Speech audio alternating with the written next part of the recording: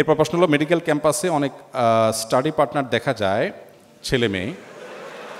আমার প্রশ্ন হলো, পড়াশোনার জন্য এভাবে অপোজিট জেন্ডারের ফ্রেন্ড বানানো কি জায়েজ হবে?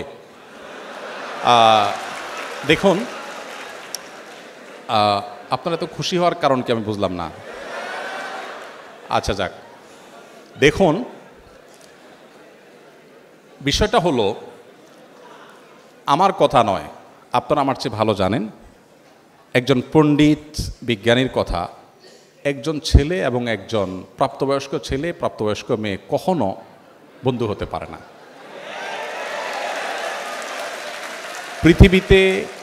পৃথিবীতে মানুষের তৈরি 10টা শ্রেষ্ঠ মিথ্যার মধ্যে একটা মিথ্যা হলো এটা। আপনি যদি বলেন যে না আমার কোনো অসুবিধা হয় না,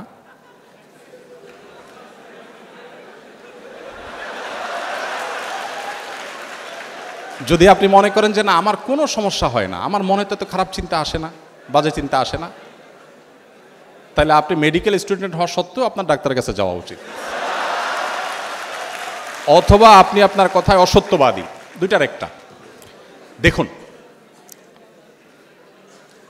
আমি বলছি না যে কোনো হোয়াটসঅ্যাপ গ্রুপে, কোনো মেসেঞ্জার গ্রুপে বা কোনোভাবে শরিয়ার পর্দা মেনটেন করে একে অন্যের সাথে পড়াশোনা বিষয়গুলো শেয়ার করা যাবে না, তা বলছি না। আপনি সেফটি নিশ্চিত করে যদি এটা করেন, আপনি অবশ্যই করতে পারেন, কিন্তু সেফটি নিশ্চিত করতে হবে। শরিয়া কেন পর্দার কথা বলেছে? দেখুন, গোটা পৃথিবীতে একটা প্রচেষ্টা দেখবেন যে আমাদের মুসলমানদেরকে মেয়েদের মুখোমুখি দাঁড় করানো হয়, যেন মেয়েদের বিরুদ্ধে ইসলাম সব কিছু করেছে। আমরা গত পরশুদিন সম্ভবত বুয়েটে আলোচনা করেছিলাম যে আমাদের প্রিয় নবী সাল্লাল্লাহু আলাইহি ওয়াসাল্লাম নারীদের জন্য কি করেছেন। খুব বেশি সময় পাই না, যতটুকু পাইছি আমি চেষ্টা করেছি বলার। আপনি যদি এটা নিয়ে পড়াশোনা করেন, আপনি অবাক হবেন। আজকের নারীবাদের স্লোগান ধরা মানুষগুলোর জন্মের ১৫০০ বছর আগে প্রিয় নবী সাল্লাল্লাহু আলাইহি ওয়াসাল্লাম নারীদেরকে পাতাল থেকে তুলে আকাশে রেখে গেছেন। অনেক আলাপ, সেদিকে আমি যাব না। আমি শুধু এটুকু বলবো যে আল্লাহ রাব্বুল আলামিন যে বিধানগুলো দিয়েছেন আমাদের কল্যাণার্থে দিয়েছেন, আমাদের ক্ষতির জন্য দেননি। আমরা মানুষ তার বিরুদ্ধে নিজেদের বুদ্ধি থেকে অনেক কিছু এক্সপেরিমেন্ট করতে গিয়ে একটা সময় আমরা সারেন্ডার করতে বাধ্য হই। আপনি পশ্চিমে দেখেন, পশ্চিমা পৃথিবীতে দেখেন, নারীদেরকে ইসলামের মুখোমুখি করার চেষ্টা করা হওয়া সত্ত্বেও সেখানে ইসলাম গ্রহণকারী মানুষদের মধ্যে পুরুষদের চাইতে নারীদের সংখ্যা সবচাইতে বেশি। আজকেও দেখলাম অনেকগুলো কম্পিটিশন আমার বোনরা এগিয়ে আছেন। আমরা সুন্নাহ ফাউন্ডেশন থেকে যে কটা কম্পিটিশনতে বেশিরভাগ ক্ষেত্রে দেখি ছেলেদের চাইতে মেয়েরা এগিয়ে আছে। তার মানে ছেলেরা ফাঁকি ঝুঁকি বেশি করে, মেয়েরা তুলনামূলক একটু বেশি সিরিয়াস। তো বোনদের সাথে ভাইদের অর্থাৎ ছেলে মেয়েদের পরস্পর যদি পড়াশোনার বিষয়গুলো শেয়ার করতে গিয়ে ফিতনামুক্ত পরিবেশে করা যায়, যেখানে আসলে কোনো প্রকার ফিতনার আশঙ্কা থাকবে না।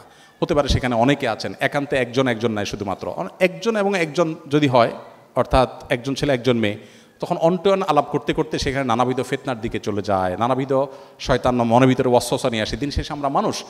গোটা পৃথিবীতে আপনি দেখেন এই উন্মুক্ততা এবং পর্দাহীনতার যে কালচার, এই কালচারকে যারা ডেভেলপ করেছে তাদের কোথাও মেয়েরা সেফ নেই, নিরাপদ নাই। আপনি এখানে যতই বলেন যে ভাই সবাই ভালো হয়ে গেলেতে হয়, মনটাকে ভালো করলেই তো হয়, এই মুখরোচক অনেক স্লোগান আপনারা শুনতে পাবেন। এর চাইতে ভুয়া কথা, বোগাস কথা আরেকটা আপনি পাবেন না। কিসের মন ভালো করা? মন ভালো করলে যদি ঠিক হয়ে যায়, তা আমার প্রশ্ন হলো, আপনি ব্যাংক থেকে টাকা তুলে কেন ব্যাগে লুকায় লুকায় নেন? আমাদের চোর ভাইরা সবাই মন ভালো করলেই তো হয়ে যায়। সেখানে ওয়াজ কেন করেন না যে ভাই সবাই মনটা ঠিক করেন, কেন আমার টাকা ঢাকতে হবে, আমার টাকা আমি ওপেন নিয়ে যাবো, আপনি আপনাকে সেভ করেন, এটা কেন বলেন না? যাই হোক, এটা আমি দীর্ঘ আলোচনা যাব না। তো এই বিষয়টাকে মেনটেন করে আপনি করতে পারেন, সেটা ইসলাম আপনার জন্য জায়েজ রেখেছে।